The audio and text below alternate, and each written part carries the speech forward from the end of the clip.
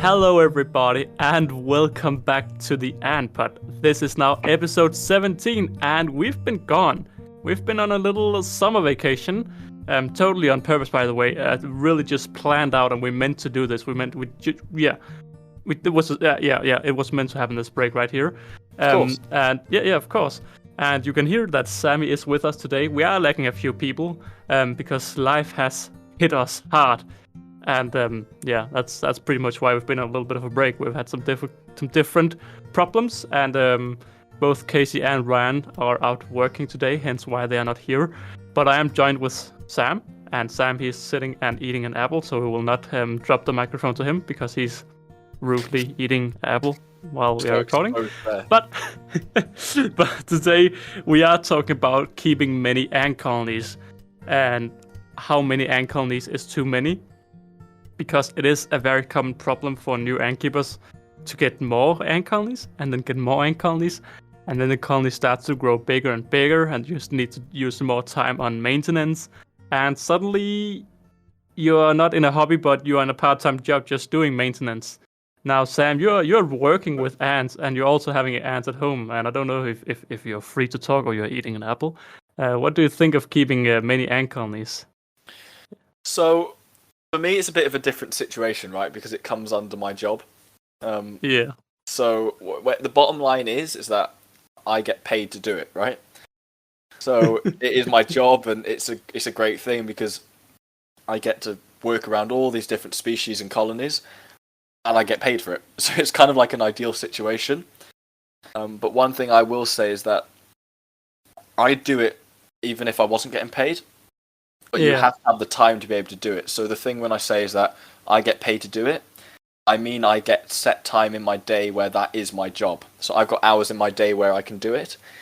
If it was just a hobby at home and I had that many colonies to feed, then it wouldn't be as enjoyable because I wouldn't have that set kind of hours to do it. And the hours I'd be doing it comes out of like family time or going out with friends or something like that. And that's the difference, is that when I go to work, it's that's my set time. And I'm in work anyway, so it doesn't make a difference to me. But then if that was at home, it would be a bit much. How many ant colonies do you have at home? And do you feel like how is it feeding ants and then going home to feed ants again? See, the ones I've got at home, though, and this is why I think I've said this before, it's why I've only got stuff at home that really, really interests me. So the things at work is that obviously there are things that we get in, I go, wow, that's cool, all the rest of it. I don't take something home unless it's really special. So when I come home, it's almost like that. It's a different sort of collection. Like the ones in work is that I'm lucky now we've got another guy that I'm training up, who's a good friend of mine who does a lot of the feeds now. So I still do some of the feeds, but obviously I don't know if people know, but Rich is on holiday, so I've been kind of running the ship for the past 4 or 5 weeks, which is fine, but it just means that I wouldn't have time to do everything whilst packing orders as well.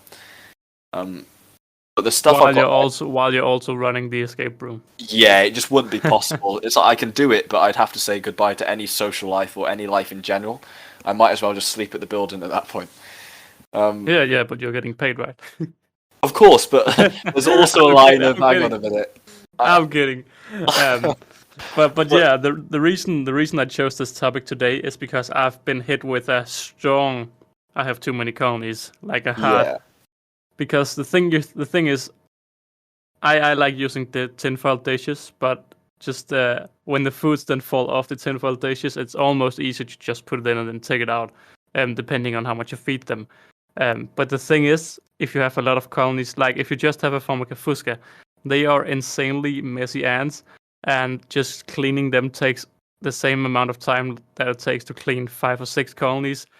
And the fuscas are very quick compared to my Ada or my Mesobarbarus, because they are just an insane job and takes hours because they are massive colonies. See, and yeah. I guess the question here would be, and this depends from keeper to keeper, but from you got the Barbarus before you got some like, say, the more exotic species and things like that, right? Yeah. If you could go, and it could sound quite harsh, and some people have like connections to their colonies, which a lot of the case I do with a lot of the special ones in my house. But would you go back and actually go, well, hang on a minute, for the time it's taken me now to sort out and the money it's taken me for this species, do I really want this in my collection, or would I have then gone back and replaced it with something else that maybe interests me a bit more? And See, that's actually a brilliant question, and it's something I have thought about a lot. because this is a mistake a lot of people. I'll let you carry on, but Oh yeah, exactly. And especially the big mistake I did was I did not found this colony. I bought it large because I really wanted a large colony, and right. I've learned so much from keeping a large colony. And I mean, my YouTube channel has boomed or gained a lot of views on the large colonies because people love a good large colony. But a large colony takes up so much maintenance as well, and I just don't have at all the same connection as I do with my small colonies compared to this large colony. But what I have now known, because now I'm also keeping my Ada, which is also a large colony, and they are way larger than the Mesobabrus. Yeah. And it's not because I bought them big. It is just the bigger they get, like when they get into the tens of thousands of ants, it's just a lot of maintenance. Like I feed my Ada an entire bag of leaves every 2 days. I could feed them every day, but I don't want them to grow too fast, so I feed them every other day. And then I have to take out so many small twigs, and they're just workers all over trying to get all the finer things off the sticks. So I end up not taking the sticks for 2 weeks, but then it just takes even longer when I have to take all the sticks. Yeah. So the interesting one with At is that the dream for me before I started working at Antics was always to have a leafcutter colony in my room, and I designed it in a way where I had pipes kind of going around my bed, and the bed was designed to have the pipes going around. To make it look really, really cool.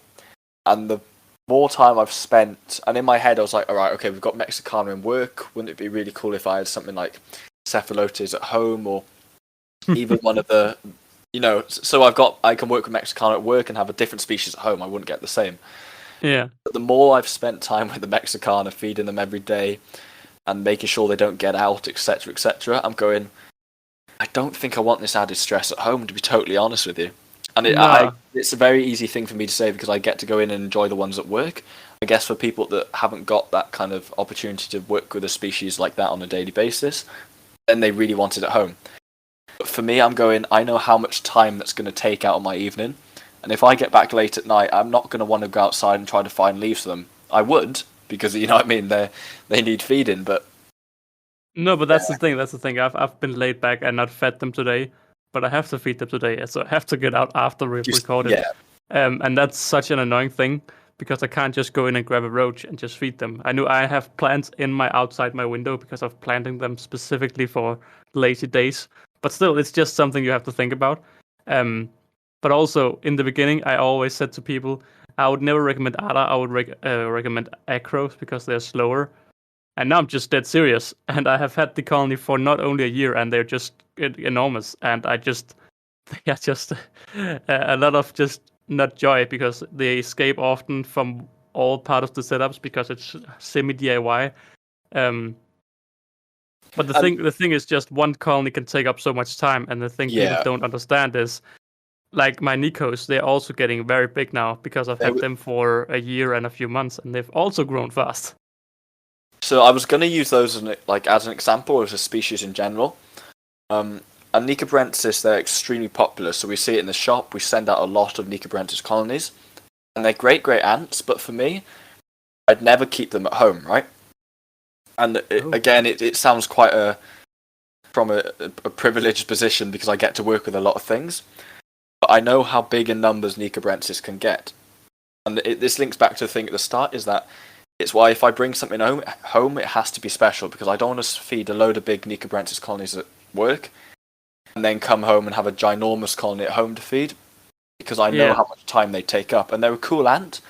In my brain, I kind of weigh out and I go, are they cool enough for me to dedicate 20 minutes of my time to? And it might sound bad, but that's what I have to think about because otherwise, if you've got fast-growing species, say you've got Nikos and you've got Icarinatum and all the big colonies that can get kind of crazy, right?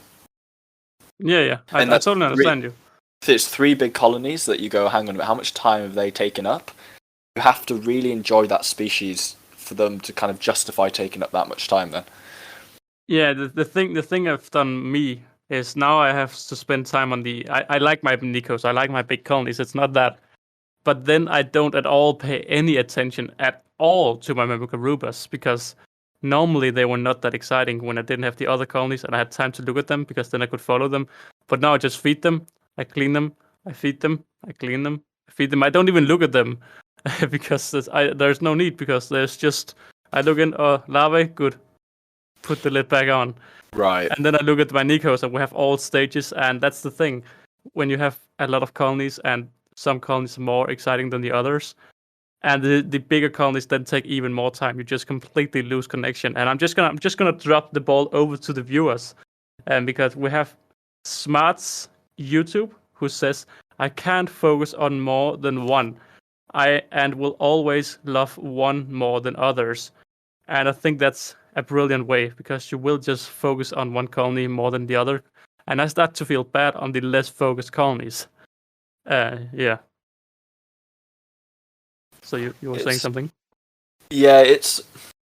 Again, just comes down to what you're kind of personally passionate about. And I think this is what I'd recommend to a lot of people, is that when you first start off in the hobby, you see all these species, and there are so many species with ants. I'm not being funny. It's not really like reptiles, where you might find, obviously there are lots of species, but they're not readily available. With the ant side of it, there's a lot of species available for people to buy, so it can get quite addictive of, oh, that one's got a slightly different coloured head, I want that one as well.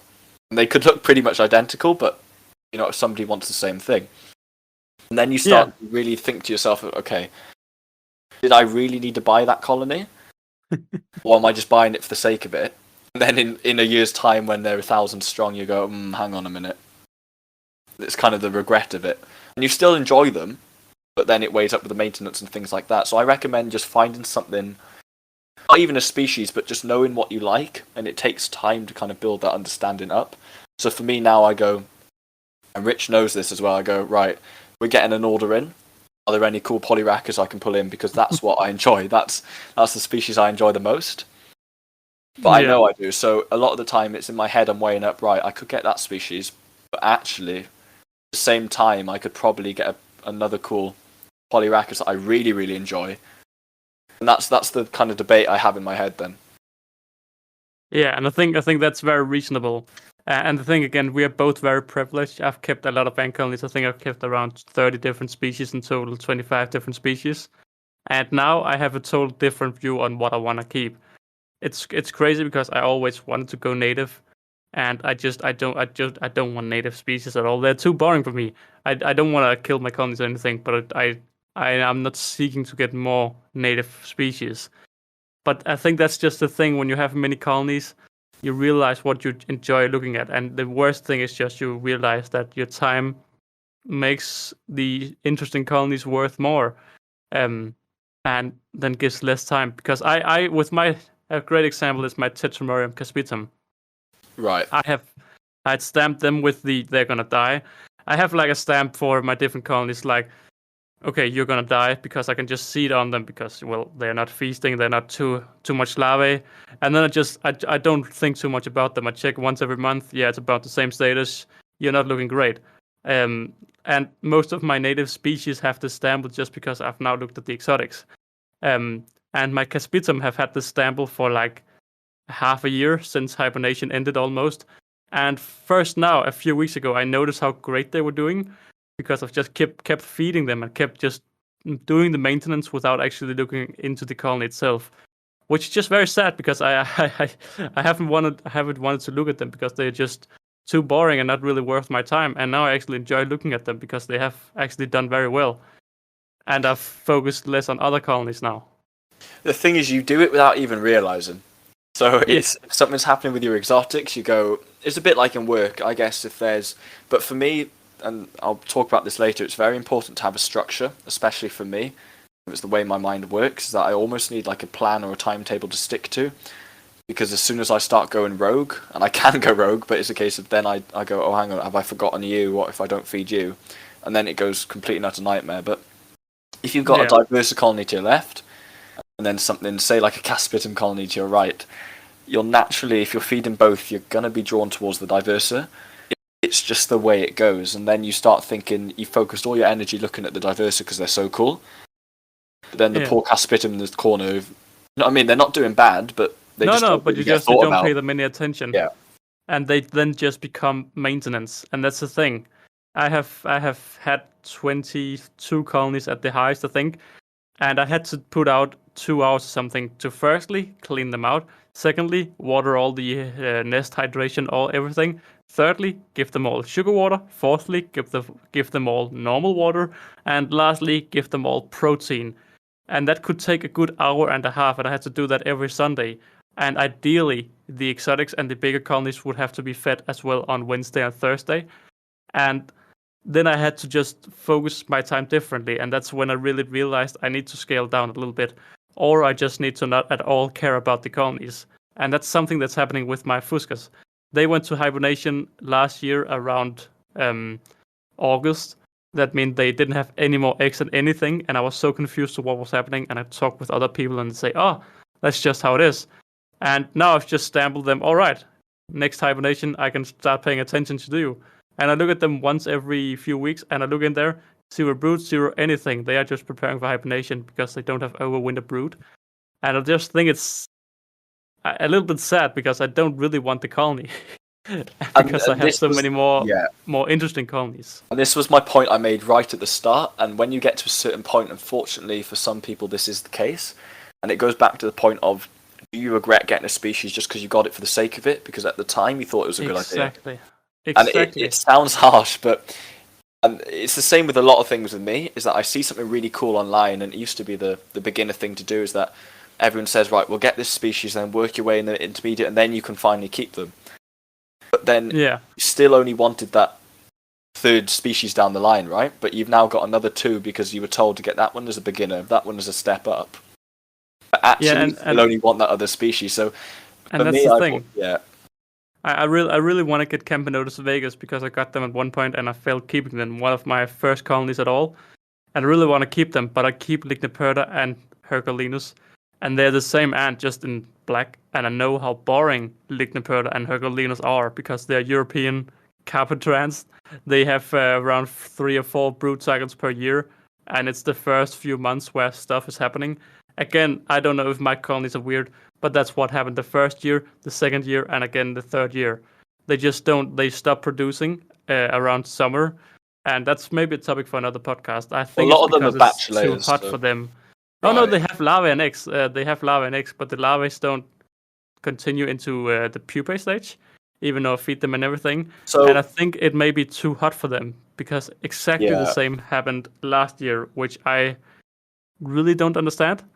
I've noticed some interesting things with Herculinus and Ligniperda. I think a lot of the European species, like those big carpenters and some of the formicas and things like that, they are very temperature kind of, what's the word? They react very sensitively to temperature.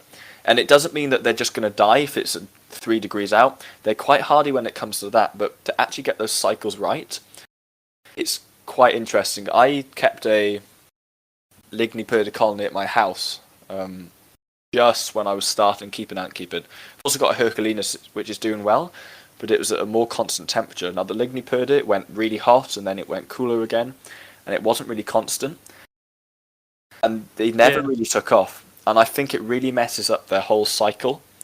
But it makes sense in the wild when they are 1 meter underground. Temperature doesn't change. I mean, at the surface it does, but not underground. I think it's compared to some like exotic species. If it goes a degree up or degree down, and then it's really hot, really cold, you'll see more eggs or less eggs, right? That's generally the way it goes. But I think some of those species that they're really they know if it's slightly warmer because they'll lay their batch of eggs for the year and things like that. And they're quite sensitive on that front. And the problem is just when I have a sensitive species that is not really too interesting, and I have 5 other exotic species that are really interesting, I mean, to be honest, I'm just going to be honest because this is a podcast and I want to be honest. I don't do bad ant keeping. I don't kill them or anything, but I just neglect them. I clean them, feed them, and I look the other way. I don't put any attention into them.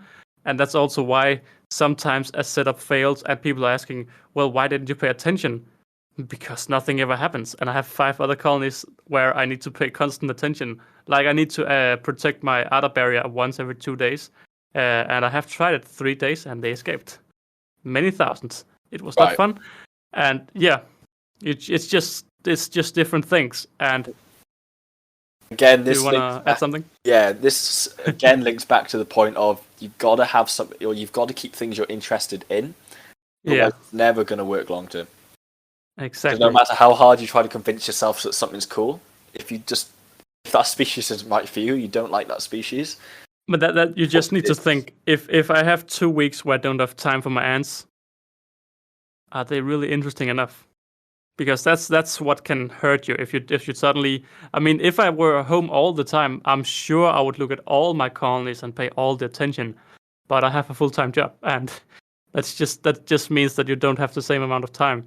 I Right. mean, in the weekends, I really pay a lot of more attention, but in the weekdays is where I just pretty much forget about them. And this is Not the why, interesting species, but yeah. the boring species. But this is where the routine for me comes into it. Because if I keep something at my house, I've got a duty to care for it, right? I've taken it, it's in my care, all the rest of it, so I make sure that it gets the correct care. I might not be interested in it, but I don't keep things I'm not interested in my house. But like an example, even if I'm not interested in it, I keep it has to be in the same feed cycle. It's you've got a duty to care for it. Exactly. But that's where the Exactly. routine for me comes into place, because the moment I don't have that routine and I know, right, I've fed all of Viv 1, I've fed all of Viv 2, oh, there's just Nigers in Viv 1, I'll forget about it because I found something cool in like the exotics Viv, and before you know it, I'm like, right, okay, I fed everything, I think, because the last Yeah. thing I'm thinking about is the Nigers. So that's where I have to have the routine, because even Exactly. though the Nigers might not interest me, especially after the 499th tube, they still need to be fed. They're still in my care, and somebody else might find that species interesting. So it's And that that's the kind thing. of You need if you have a lot of colonies, you need this constant maintenance circle. If I just take a colony, if I look at the Nova Mesa and then I want to look at the Mesobarbarus and feed them, well then I just skip 10 colonies and then I need to figure out how, where, and what. And no, you have to do. I at least have to do it from one end and just go 1 1 1 1 1. Okay, water 1 1 1 1 1. All right, because they're different setups and they're not just test tubes. That's also why I really like the Saturns, because it's very easy and quick to see if they have water or not. I wanted to say something, now I forgot. Let me just think. oh, you're getting old. Oh yeah, I know. The thing you said before, because I was considering actually selling the Caspitum in the beginning of the year because they were so boring. But because I don't want to just neglect them and kill them, they were still in the loop of getting fed and getting sugar water and getting cleaned. And now I keep looking at them, and I'm really fascinated by them because they've done so much, and I haven't even noticed any of it. But we have asked the viewers, how many ant colonies are you keeping, and what Okay. do you think of keeping many ants? Did you want to add anything, Sam? How many ant colonies are you keeping? Or do you think many ants? So do you want me to? Do you want me to just read it out? What's the? No. It's because I thought you were trying to interrupt. No, nothing. All Oh, right. no. I was eating an apple. Every time you hear the crunching sound, it's me trying to stuff Yeah, my face. very with food. unprofessional. Yeah, no. Wow, it's a podcast, not a military. Yeah, I mean, I would like to say a shout out to all the regular viewers. We are up to around 80 regular viewers. So yeah, I just want to say hello to everyone. And that's listeners wise. I don't know YouTube wise. That's unpredictable. But we asked how many ant colonies are you keeping, and 0 colonies did 10% said 0%. 10% said 0 colonies. Gotta respect Um, it. 47% said 1 to 5 colonies. 22% said 6 to 10 colonies, and 13% said 11 to 20. And lastly, we had 8% saying 21 plus. And I think it's actually I'm very very proud of seeing this, because I'm very proud of seeing 47% keeping 1 to 5 colonies. I think unless you really want to go all in with maintenance and getting an entire system, I think 1 to 10 colonies is the ideal, because as soon as you get over 10, then the maintenance really jumps to another level. I think because all the colonies will grow as well. I was talking to Rich about this before. I think 5 to 7, I think, is what we said. It's like the golden number.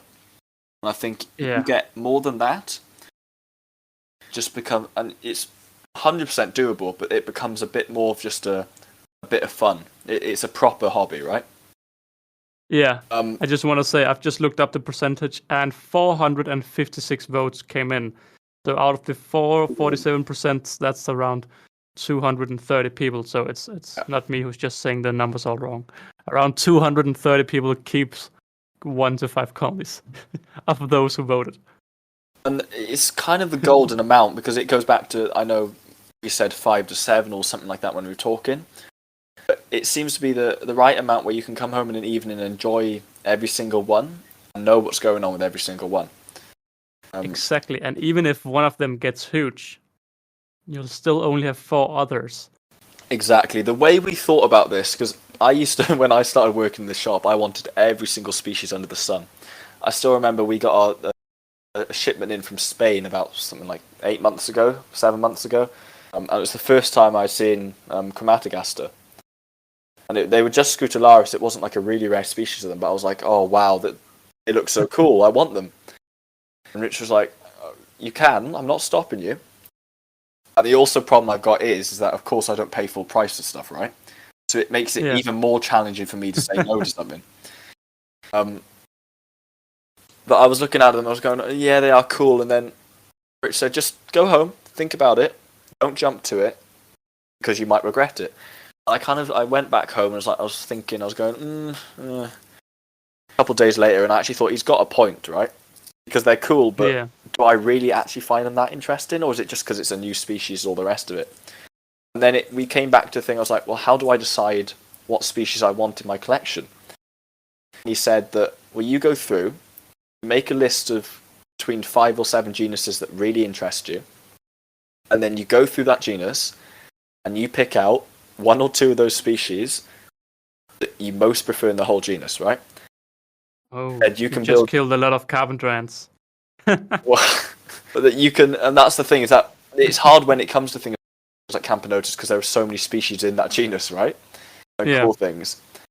But he said, just go home, have a look at it, go on AntWiki and have a look, and you can build a pretty cool collection if you've got species from 7 genuses of the coolest thing you can find, or the thing that you find the most interesting, or that's available to you, or something like that, and base your kind of collection around that. And it made my life a lot easier, and I just chilled out.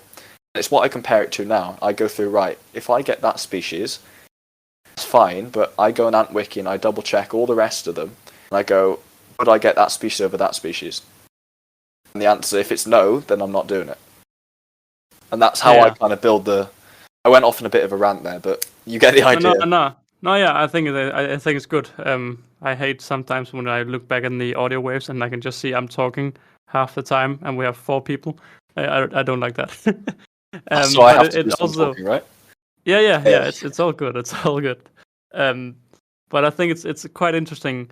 When I got my Mesobarbarus colony, I bought it from another Danish guy. I drove all the way over there, and he showed me he got, like, I think they were the green-headed ants. Can't remember that name anymore. The Australian green-headed ants, and he had some others. Yeah, he had some different weird species, and I looked at them like, is that all you're keeping? He kept like 3 colonies and the massive Mesobarbarus, and he wanted to get rid of the massive Mesobarbarus. And he just said, yeah, but these are interesting. And he's also multiple times said to me before I got Venators and all of this, when are you going to get some proper ants, Oliver? When are you going to get some proper ants? And the thing is, today, I'm never going to sell my Mesobarbarus, because I think they are brilliant for the channel, and they are brilliant to keep. But due to the maintenance aspect, I'm so often considering it. Even the other, I'm thinking, what is my plan for this? Because I mean, they're insane. And it's just something to keep in mind, because he had 3 totally unique species, like the green-headed ants and 2 others I can't remember. And he could pay so much attention. Like when you have a Venator colony, the Venator steals the show because there's so much you can see, or something like bull ants, because you can really see how they, also because they're big. But yeah, it's funny looking back, because now I really understand it, versus back then I really did not understand it.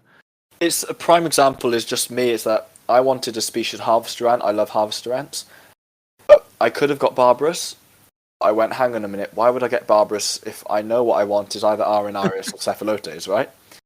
Yeah. So I went, do you know what? I know that the Iron Iris is a lot more expensive, but I'm going to save up because realistically, I don't really want the Barbarous. The Barbarous would just be a substitute for a species I want in the future. So why would I ever get the Barbarous?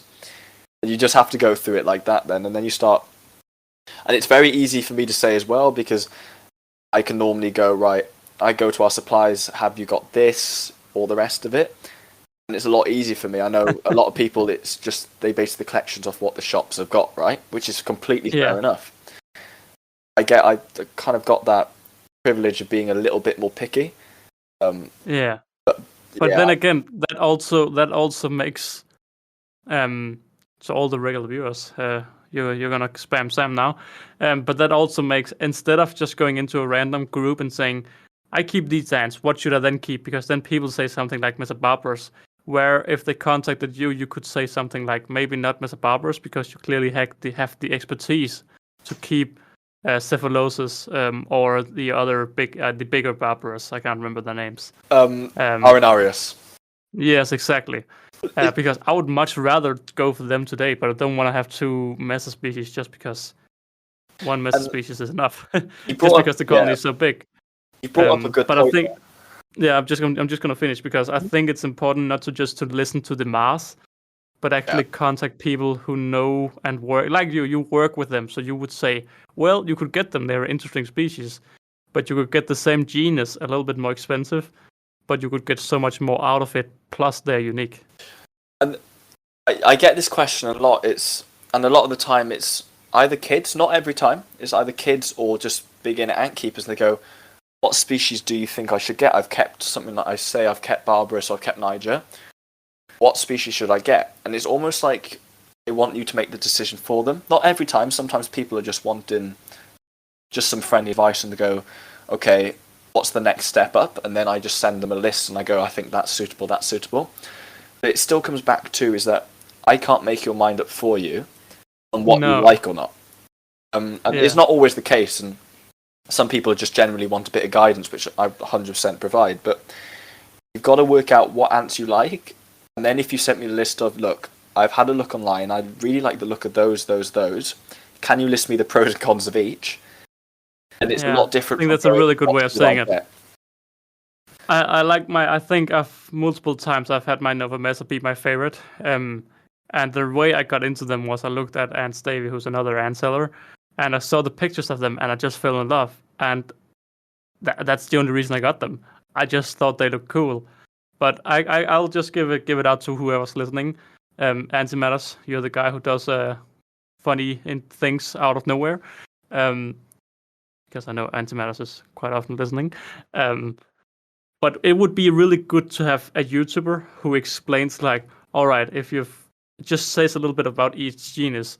Okay, Lasius, you could have Flavus or Nigers, or you can have some of the more Filiginosus or the other species, and then say Carpenter ants. Okay, if you're from Europe, there's these Carpenter ants, there's these, and there's these. Just to get a general view, because if you just ask on Facebook, you will just hear Nikos, Barbarous, Flavus, like the completely basic ants. Right. And that's maybe not what you want to keep, because you have kept 3 basic ants and you want to maybe keep something more funny. And how many people have bought Flavus because they look pretty and they're not Niger, but then no one actually told them that they don't actually forage and they sit in their nest all day? Don't get me wrong, some people enjoy that. I love my Flavus, but there's nothing at all to look at them. I love recording them, but I don't like looking at them because there's nothing happening. And I think that's also something that's an interesting point. When you have a big colony, a big sized ant, if you have like a Camponotus singularis and you have a Tetromorium caspitum, if you have 5 minutes, you're not going to spend 5 minutes looking with a microscope for the caspitum when you can just look at the singularis going crazy. And that's again, of course, if you have 10 minutes and you have time to look at both colonies, you can do that. But if you have too many colonies, I'm just going to say my opinion. I would go for the large colonies, whereas it's easy to see what's happening.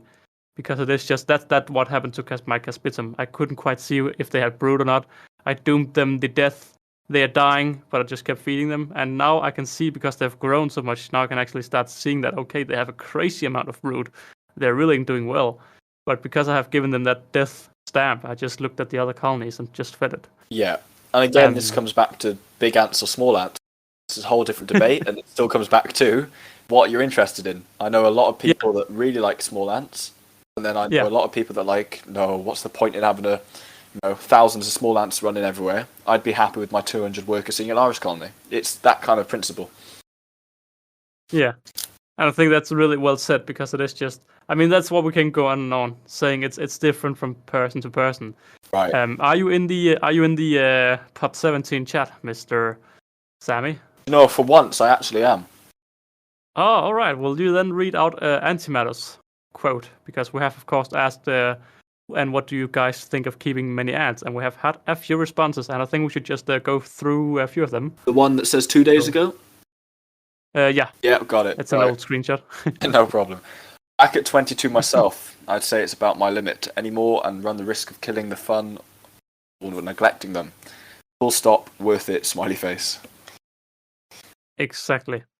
A few more colonies and you can kill the fun or start neglecting them. That's what I did, and that's why that's deadly. It becomes a chore more than the actual enjoyment, I feel, if you overdo it to yourself. Know your limits of what you can actually keep. I think I'm just going to read out the next one, because the gaming ant has an interesting look at the whole thing. I'm keeping 22 colonies, but I'm not going to get any more, as 22 colonies is actually more work than you would think, even though they're all still in founding. And that's the thing. It's maybe only 22 colonies, and it's maybe only 100 ants in total, but it's also 22 feeding dishes or 22 test tubes you have to clean. So the maintenance quickly becomes bigger, even though it's just test tube colonies. Yeah. Oh yeah, 100%. I can, I can relate to that. It's that you think that somebody looks at 20 test tubes and they go, surely that can't take much time. Actually, if you pay attention to those 20 test tubes, it does. It's like no one thinks about, okay, one of the workers has died and now it's in the food and now it's moulding and you have to go in there and take it out, and then do that with 22 times and you'll soon get sick of it. Then there's something we haven't even talked about. Then you have to buy 22 setups. Exactly. That's a lot of money. Mm-hmm. We haven't even talked about that. Of course, we have talked about DIY on another topic, DIY versus going out and buying it. And if you have 20 colonies, it's way cheaper to go with DIY. But if you only have 2 or 3 colonies, it's maybe not. But then you have to have housing for all of the colonies. And again, it's really species specific. If you have a quick growing species, they cost a lot. If you have 5 quick growing species, they cost a ton. Not only in products, also in food. Because they can take out a roach farm if you have big ant species, colonies. And it's another thing of, if I ask you this and I go, okay, for example, your Fusca need a new setup, and it's going to cost £200, it's going to make you kind of not dislike them, but go, hang on a minute, why have I got this colony even more? Because it's just and that's again another thing with my Mesobarbarus, because they do need a new setup, and they don't desperately need it, but I know I have to give them to them. But it's just something to have in the back of your head, because one colony, once it grows so big, they are just very expensive. It's very easy to get a small colony, grow it bigger, reuse the old products, but the largest colony will just need so much space. And again, if you only have one large colony, it's not too bad. But if you have 3 or 4, I think you just need to remember that all ant colonies grow big.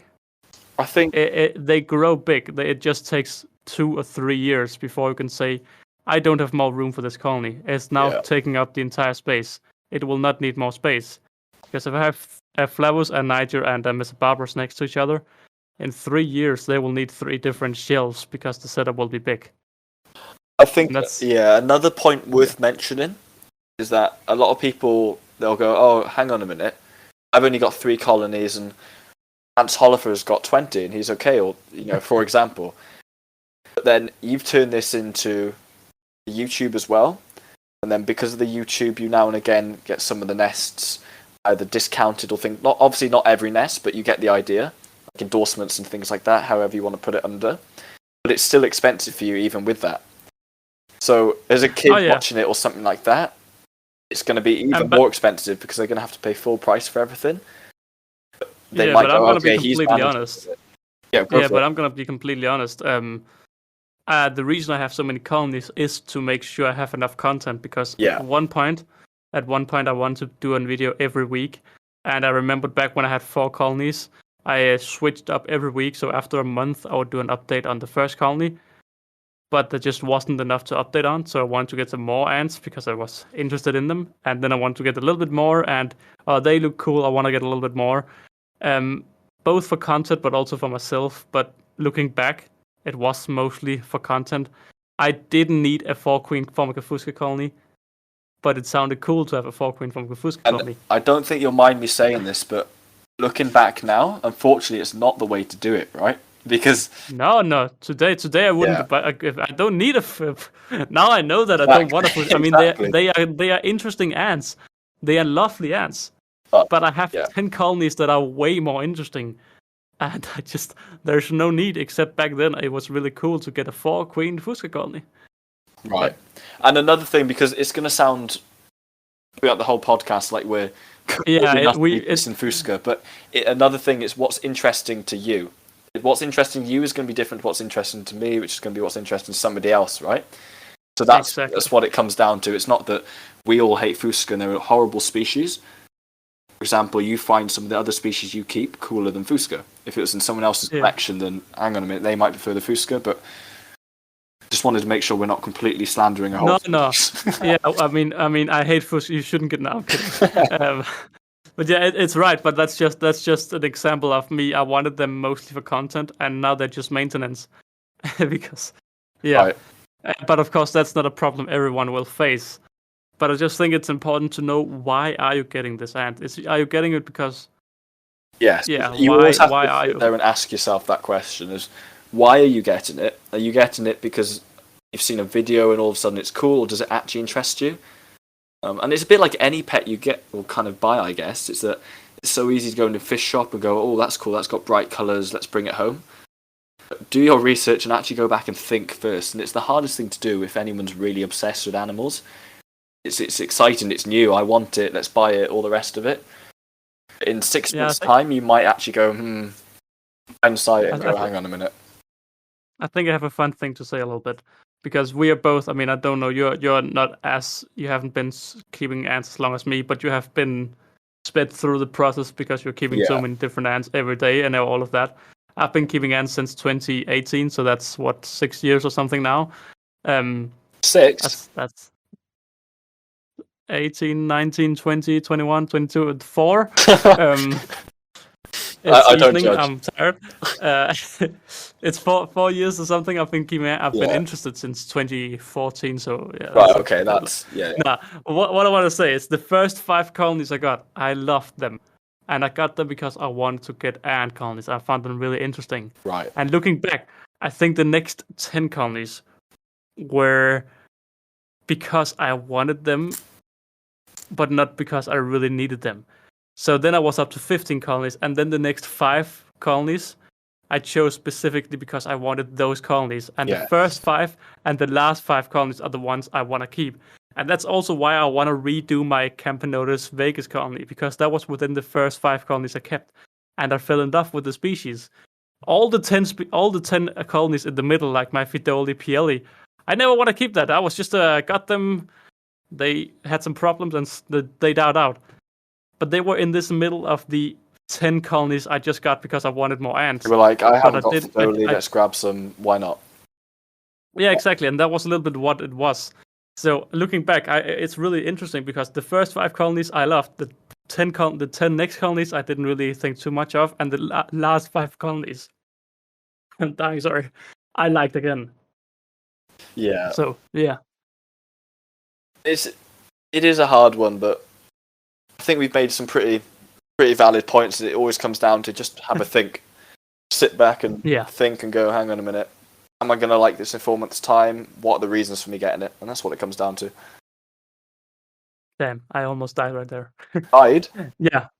No, I'm just, my throat is a little bit sick. Oh, it's alright, I've been ill.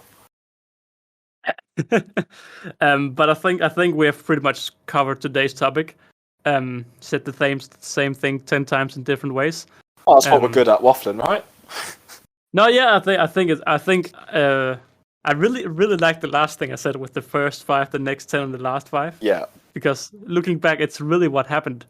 Because when I got the 5th colony, I just want to get more, and I want to get more.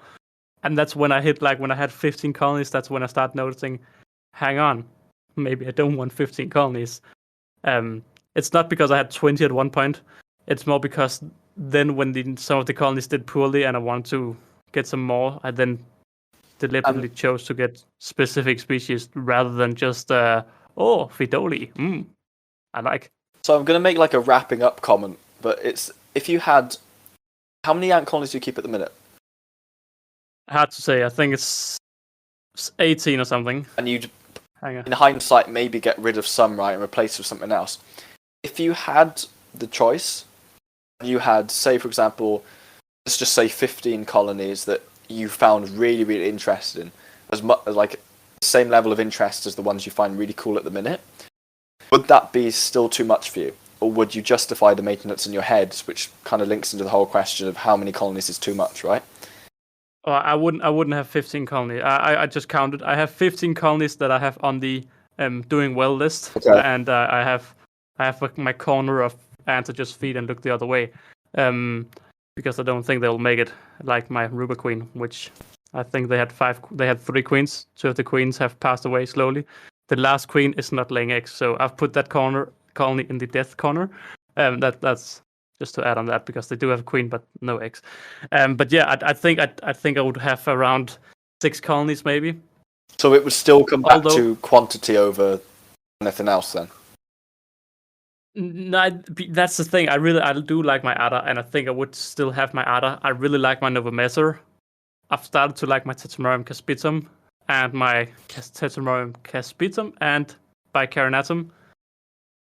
Mm-hmm. And my Nikos as well. And then maybe Flavus and Herculinus or something, but that's only 7. I would still keep a few just because Herculinus, they take 0 time because they are so... I would probably go for Lignopertus though. But they're so slow growing. I can't lie, but yeah. Yeah, they're so slow growing. The same with the Flavus. Their maintenance is so little. And then like a few exotics. But only like five species or something. Looking back at it. Yeah. What about you? What and how many would you keep if you started as a rookie today with your expertise? The way it's going, I haven't really got a number in my head. I'm just going to keep adding to it one by one. And then when I go, hang on a minute, I'm feeling it's getting to the limit, then I'll stop. So I haven't got a set number in my head. At the minute, I've got only a few colonies at home. A lot of the ones that will be at home are still in work. So again, that comes under work time. Yeah. Me and Rich were laughing the other day because he gifted me a colony. That's before he went away. And then he sat down, he went, hang on a minute, Sam, you do realise that I bought you a colony and then I'm paying you to feed your colony at work? And I was like, yeah. So we were like, hang on a minute, this isn't exactly how it's meant to work. But I've got a few things at work that I'll bring home and then kind of go through it like that. But I haven't got a limit. It just depends where that interest meets maintenance side, and there just needs to be a balance from that bit. And then I'll go, hang on a minute. If it's taking half an hour and my interest isn't as great now because I don't have much time to look at the rest because I'm doing the maintenance, then I need to just cap it at that. If it's still I'm doing 5 minutes maintenance and 15 minutes watching them, then it's okay. That's the way I'm thinking about it in my head. And I think that's a good way of thinking. I'm just going to drop it back to the one you said with one species per. One or two. No, yeah. I think it's very important because I have Flavus and Nigers, and from an outside they're different colors, but they act very similar. Yeah. And I think it's not clever because what I did initially, I got all native species, and they were all very closely related, meaning that they took the same kind of natural breaks like hibernation. But my Novomessor are very different from my Bicarinatums, and they are very different from my Nikos because they are 3 completely different exotic species. And due to that difference, the thing is, if you have too few colonies, you can't look at them enough because there isn't enough happening, unless you really like going into the deeper details. But that's where I think it's also important to note that you shouldn't just get you want to get a species that you like to observe, because then you can spend a lot of time observing. Like if you only have 3 colonies, I could easily spend an hour observing 3 colonies if it's 3 interesting species. Exactly. Yeah. And then you justify And your if head. it's 5 Lasius niger colonies, I could not spend an hour, because I could spend 10 minutes at the first colony, 5 minutes at the second, 3, 2, 1, and not really look at the last colony because it's the same that's happening. Try having to observe and take care of 500. But you're getting paid, right? You're getting paid. You don't have an excuse. But that's the thing, is it comes back to, I do it even if I wasn't getting paid.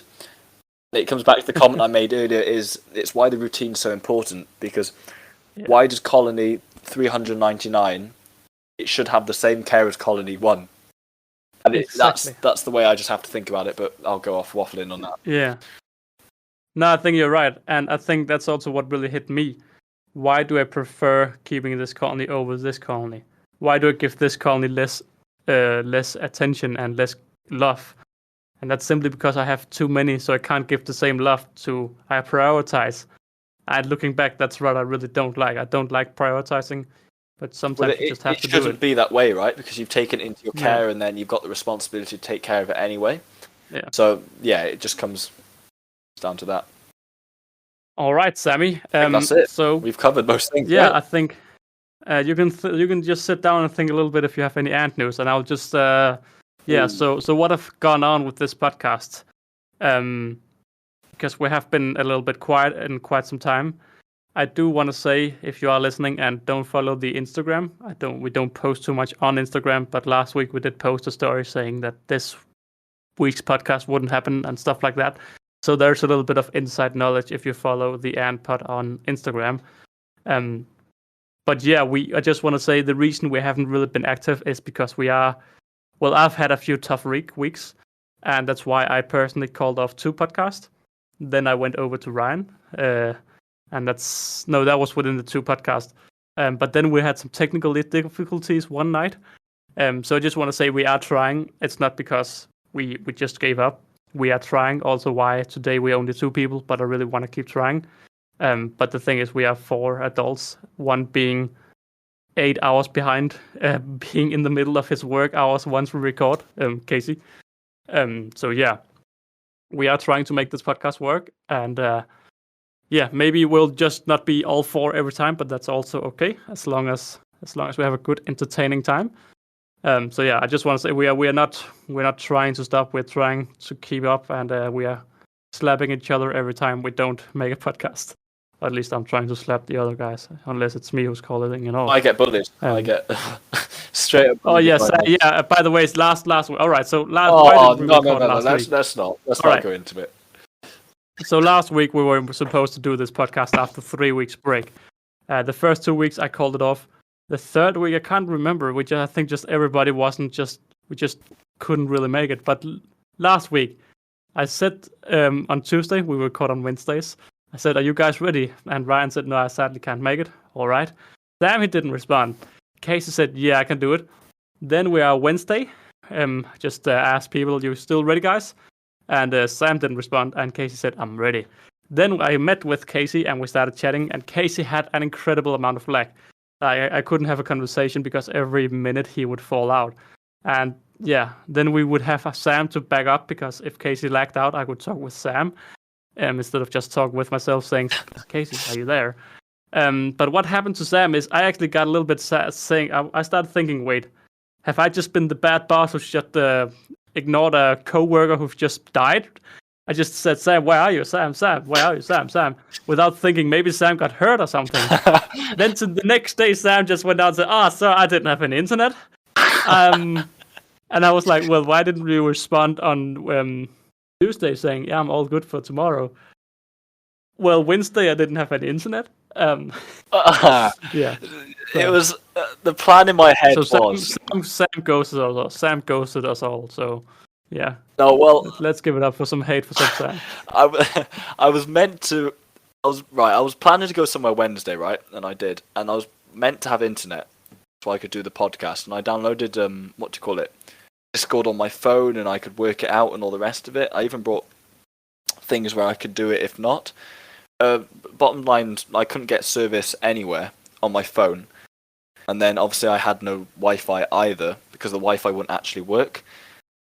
So I was a bit stranded, and I didn't even have service to text you going, hang on a minute. That's just a bad excuse, but yeah. Well, right. All right. Do you have? You can't end on that. Do you have any You ant didn't news? even let me. Right, okay. Ant news. Do you have any ant news, Sam? See, this is the bully I'm on about. Ant news. Let's have a think. See, this is bad. I haven't watched much content at all because I've been so busy getting orders out. And keeping a track of everything. That's all right. I'm gonna say I'm really enjoying watching Antimatter's ANN news, a short recap of the different videos coming out. But I think an interesting topic this week was definitely Aesthetic, who made the video on his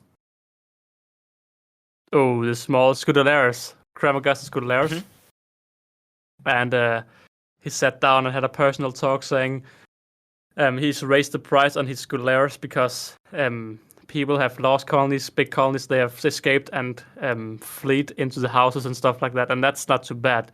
But what is bad? I mean, it's not too good either. But what's bad is every year the Scudalaris, you can say the word, they come closer to us. What is the word called? When Sam? they're becoming like invasive, or what's the? Yeah. I guess they're traveling upwards of Europe, so they're coming down from Spain, Italy. Yeah. And migrating. Oh, okay. That must be the word. So So they're migrating closer and closer. A minute. Carry on talking. I don't want to Google something. Yeah, they are migrating or coming closer, and nuptial flights are discovered in the Netherlands. And that's not something that's been done before. I think not Netherlands.